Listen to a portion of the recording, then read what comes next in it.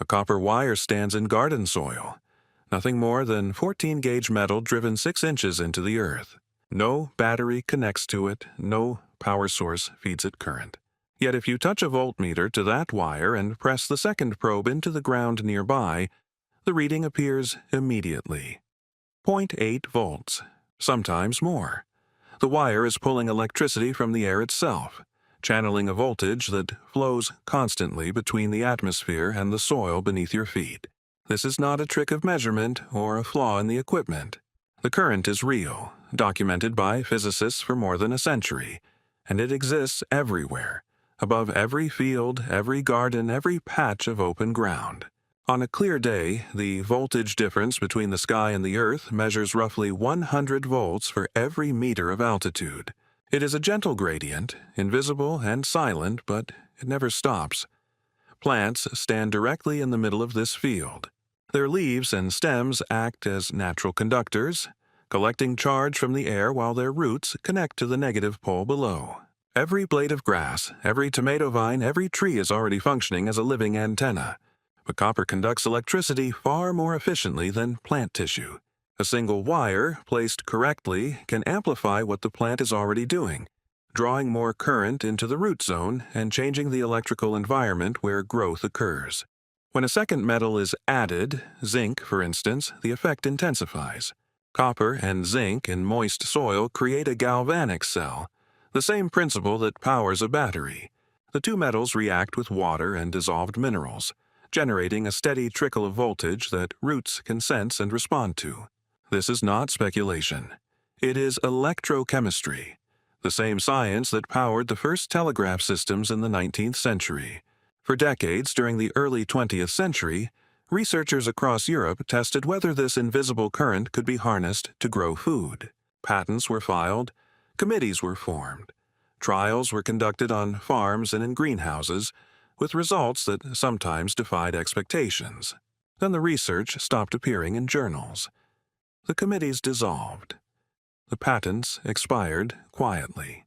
And by the time synthetic fertilizers became the foundation of modern agriculture, the idea of using atmospheric electricity to feed plants had faded into obscurity, not because it failed, but because it did not fit the system that was being built. This is the story of a method that worked with physics instead of chemistry, required no recurring purchase, and disappeared almost completely from mainstream farming. It begins not with a conspiracy, but with a simple observation made by a Scottish clockmaker in 1841.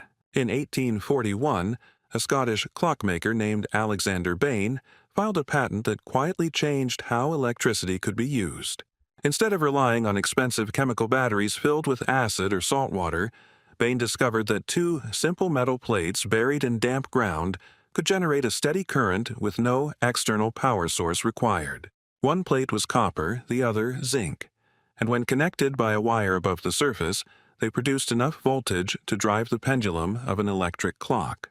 The patent, numbered 8763 in British records, described the setup in precise detail and proved that the Earth itself could function as a battery. Bain's invention was not a laboratory curiosity that disappeared after a single demonstration. Telegraph stations across Britain began using buried copper and zinc plates to power their systems, with the soil acting as the return path for electrical signals. The method was called Earth Return Telegraphy, and it allowed operators to stretch communication lines farther while cutting costs. Stations in Hyde Park and along the Edinburgh to Glasgow Railway relied on these buried plates for years, and engineers documented how the systems performed under different soil conditions. Damp ground worked best, while dry soil caused the current to fade. Aligning the plates in a north-south orientation sometimes improved output, and driving the zinc deeper into the earth extended the lifespan of the installation.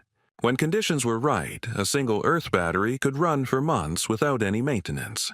But something else began to appear in the reports from telegraph workers and groundskeepers. Wherever the metal plates lay buried, the grass above them grew differently. The strip of ground running between the copper and zinc plates often stood out from the surrounding field, darker in color, thicker in growth, and noticeably taller than the patches just a few feet away. No one had applied fertilizer to those areas, and the soil composition was identical to the rest of the field. The only variable was the presence of two metals and the slow movement of current through the earth between them.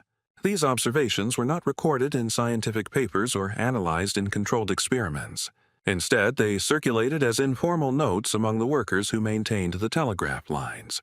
A station master in Yorkshire mentioned the unusually lush grass near a buried return line. A groundskeeper in Essex noticed that the strip of green seemed to follow the exact path of the hidden wires. The pattern repeated itself across different locations, always in places where the ground carried a steady electrical current. By the early 20th century, a few researchers began asking whether this effect could be intentional rather than accidental. If buried metals could change how plants grew simply by altering the electrical environment of the soil, then perhaps that principle could be applied deliberately to agriculture. In France, an inventor named Justin Christofleau spent years developing devices designed to capture atmospheric electricity and channel it into farmland. His designs combined copper and zinc in configurations meant to act as antennas, pulling voltage from the air and grounding it through the soil where crops were planted. In 1925, he filed a patent in Switzerland describing an electromagnetic apparatus built from metal plates and wooden supports, and the document remains in the archives today, cataloging every wire and connection. Christofleau was not working in isolation. Across Europe, a loose network of experimenters, agronomists, and engineers were testing similar ideas, trying to understand whether electricity in the soil could replace or reduce the need for chemical inputs. Some reported dramatic increases in yield, with photographs showing vegetables that seemed far larger than normal. Others documented faster germination, stronger root systems, and crops that appeared more resistant to disease. The results were inconsistent, difficult to replicate, and often dismissed by mainstream agricultural scientists as anecdotal or poorly controlled. But the interest was real, and by the mid-1920s, enough attention had gathered around the concept that governments began to take notice. In Britain, the Ministry of Agriculture established a formal committee in 1918 to investigate whether electroculture had any practical value for farming.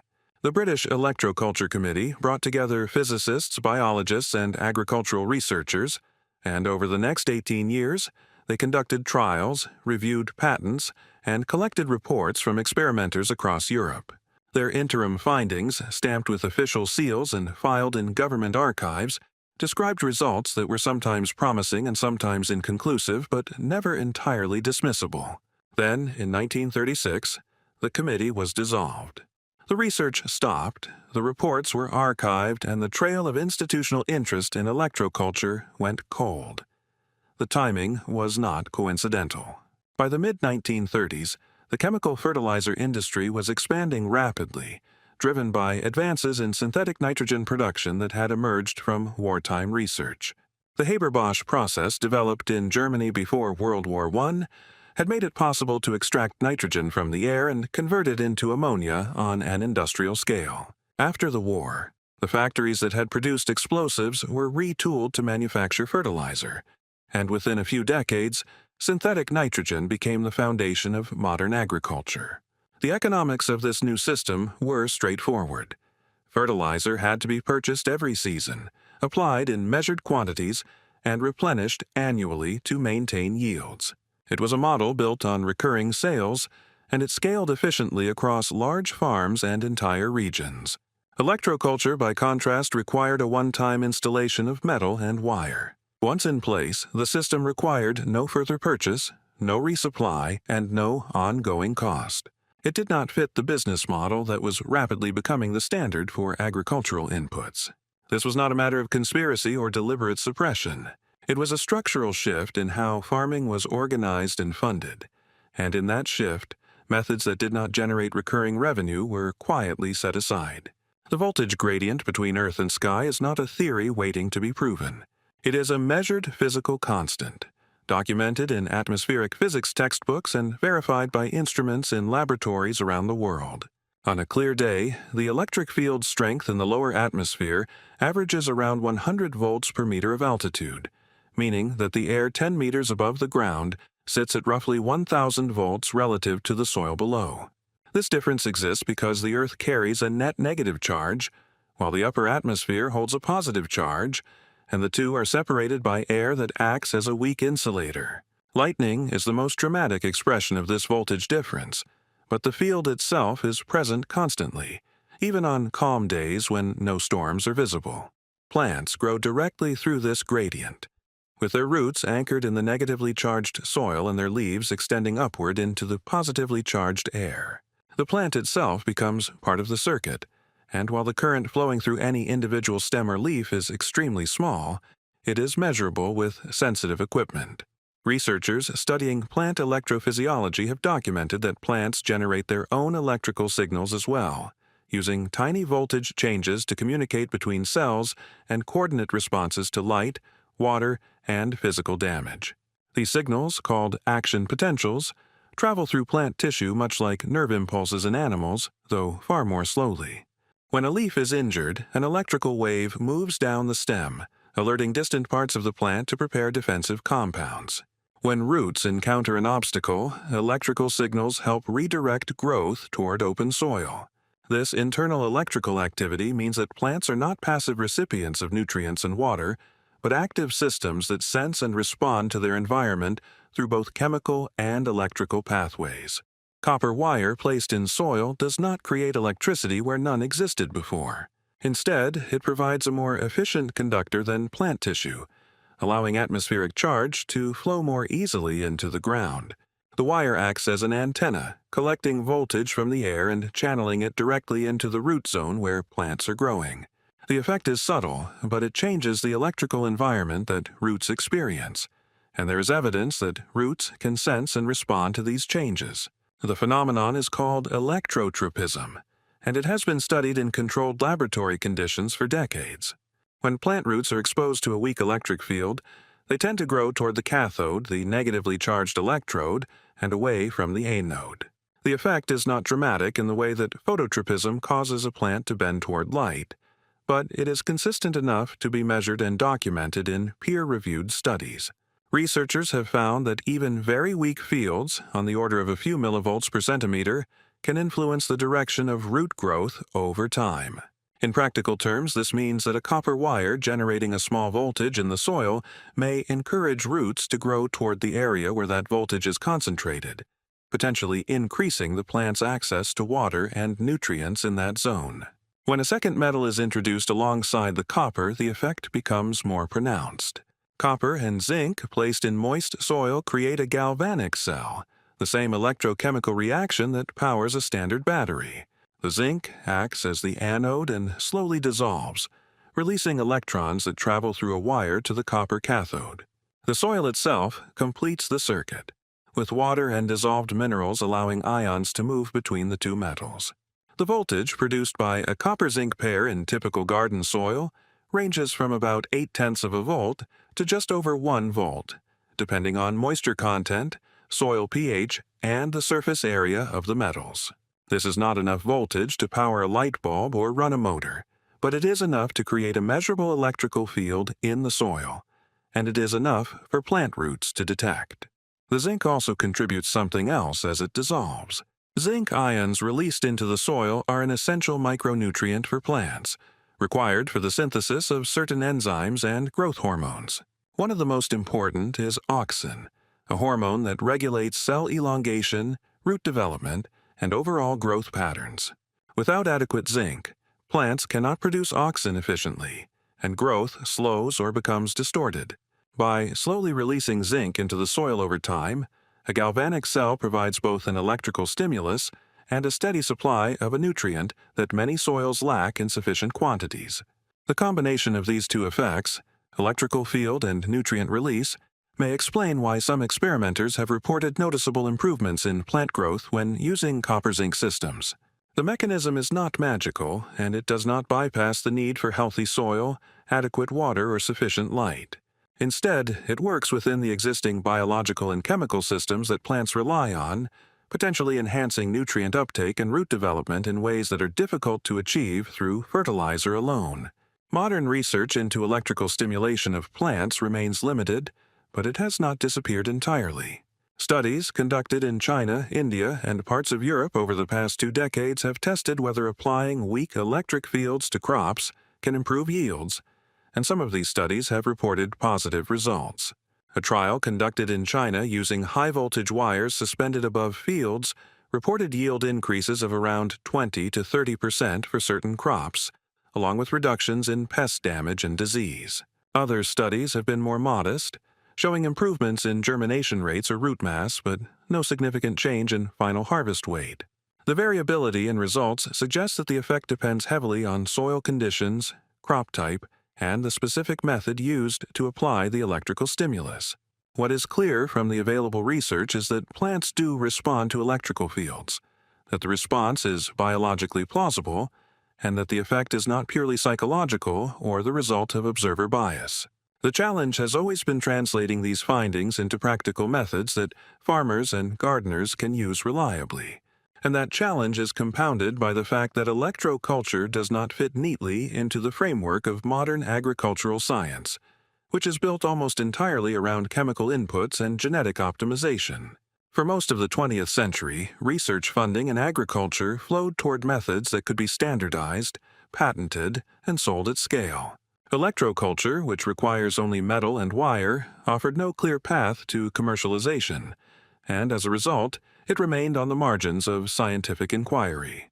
But the physics never changed, and the biological responses documented in early experiments are still present in plants today. The question is not whether atmospheric electricity and galvanic currents can influence plant growth. The question is whether that influence is strong enough to matter in real-world conditions, and whether the method can be made simple enough for anyone to test. The soil beneath modern farmland tells a different story than it did a century ago. Decades of reliance on synthetic fertilizers have increased yields in the short term, but they have also changed the biological structure of the soil itself. Organic matter has declined in many agricultural regions, microbial diversity has decreased, and the soil's ability to retain water and nutrients has weakened. Farmers who once applied fertilizer to supplement healthy soil now apply it to compensate for soil that no longer functions as it once did. The cost of those inputs has risen steadily, and for small-scale growers, the expense of maintaining fertility through purchased products alone has become a significant burden. At the same time, interest in regenerative agriculture has grown, driven by the recognition that soil health cannot be maintained indefinitely through chemistry alone. Practices such as cover cropping, reduced tillage, and composting aim to rebuild the biological networks that regulate nutrient cycling naturally, and electroculture fits into this broader shift toward working with natural systems rather than overriding them. A copper wire in the soil does not replace the need for organic matter, microbial life, or balanced mineral content. It does not eliminate the importance of crop rotation, mulching, or water management. What it offers instead is a way to enhance the electrical environment that plants already rely on, potentially improving nutrient uptake and root development without adding synthetic chemicals or altering the soil's biology. The method is not universal, and results will vary depending on soil type, moisture levels, and the specific crops being grown. Sandy soils with low mineral content may show little response, while clay-rich soils with good moisture retention may respond more noticeably. Some plants, particularly those with extensive root systems, may benefit more than others. The effect is subtle, and it requires patience and careful observation to detect. But for gardeners and small farmers willing to experiment, the cost of testing the method is minimal.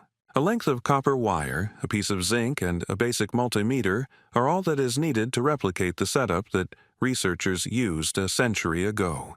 The copper wire should be clean, uncoated, and thick enough to resist corrosion, typically 14 to 18 gauge.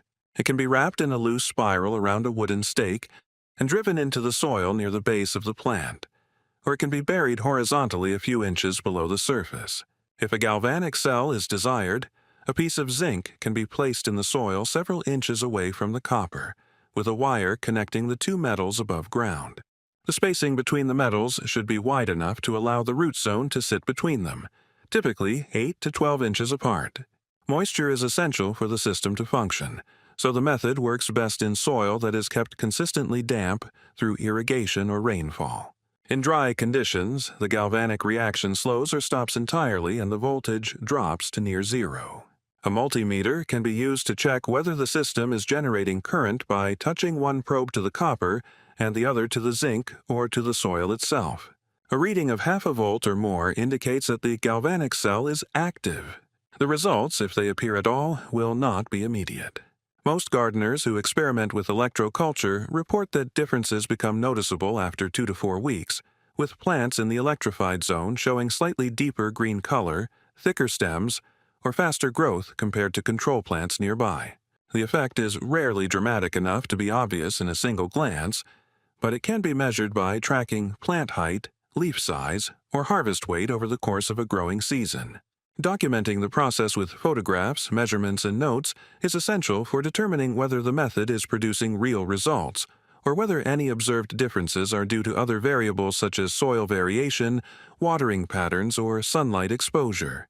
The goal is not to prove that electroculture works universally, but to test whether it works in a specific garden under specific conditions. For those interested in the historical methods, the designs developed by early experimenters are still accessible through patent records and old agricultural journals. The oscillating circuit developed by Georges Lakhovsky in the 1920s, for instance, consisted of a single loop of copper wire left open at one end, placed around the stem of a plant to act as an antenna for atmospheric frequencies. Lakhovsky believed that the open loop allowed the plant to resonate with natural electromagnetic fields, and while his theoretical explanations were speculative, some of his experimental results were documented in French scientific publications. The devices built by Justin Christoflo used a combination of copper plates and zinc basins mounted on wooden poles, designed to capture both atmospheric electricity and telluric currents from the earth. These designs were more complex than a simple buried wire, but they followed the same basic principle of using metal to alter the electrical environment around the plant. Whether these more elaborate systems offer any advantage over a simple copper-zinc pair in the soil remains an open question, and the only way to answer it is through direct experimentation. What is clear is that the principle itself, using metal to interact with the natural electrical field in soil, is not pseudoscience or wishful thinking. It is grounded in established physics, supported by documented plant responses to electrical fields, and testable by anyone with basic materials and a willingness to observe carefully. The reason it disappeared from mainstream agriculture was not that it failed, but that it did not align with the economic structure that came to dominate food production in the 20th century. Synthetic fertilizers could be manufactured at scale, shipped globally, and sold repeatedly, creating an industry worth billions of dollars. Electroculture required only metal and wire, offered no opportunity for branding or patents, and generated no recurring revenue. In a system built on annual sales, a method that worked indefinitely had no place. But the knowledge did not vanish entirely. It survived in old patents, in the margins of agricultural history, and in the hands of experimenters who continued testing the idea long after institutional support disappeared. Today, as soil health declines and input costs rise, that knowledge is being rediscovered by a new generation of growers looking for methods that work with natural systems rather than against them. A copper wire standing in garden soil is not a miracle device. It is a tool, simple and ancient, that connects two forces plants have always relied on: the electricity in the atmosphere and the chemistry in the earth. The current IT channels is small, the effect is subtle, and the results are not guaranteed. But the principle is real, the method is testable, and the cost is almost nothing. What was forgotten is not lost. It is waiting in the soil, ready to be tried again.